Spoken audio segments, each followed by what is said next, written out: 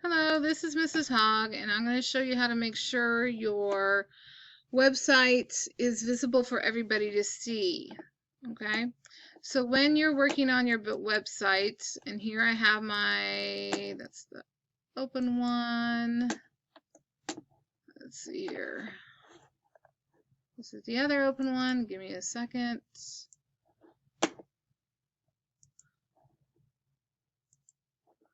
Okay, so here's my Google Drive.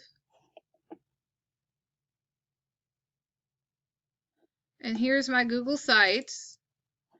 Make sure, let's give it a second to open up.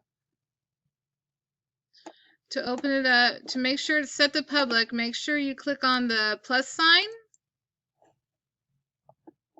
And under links, you want to make sure it's set on public.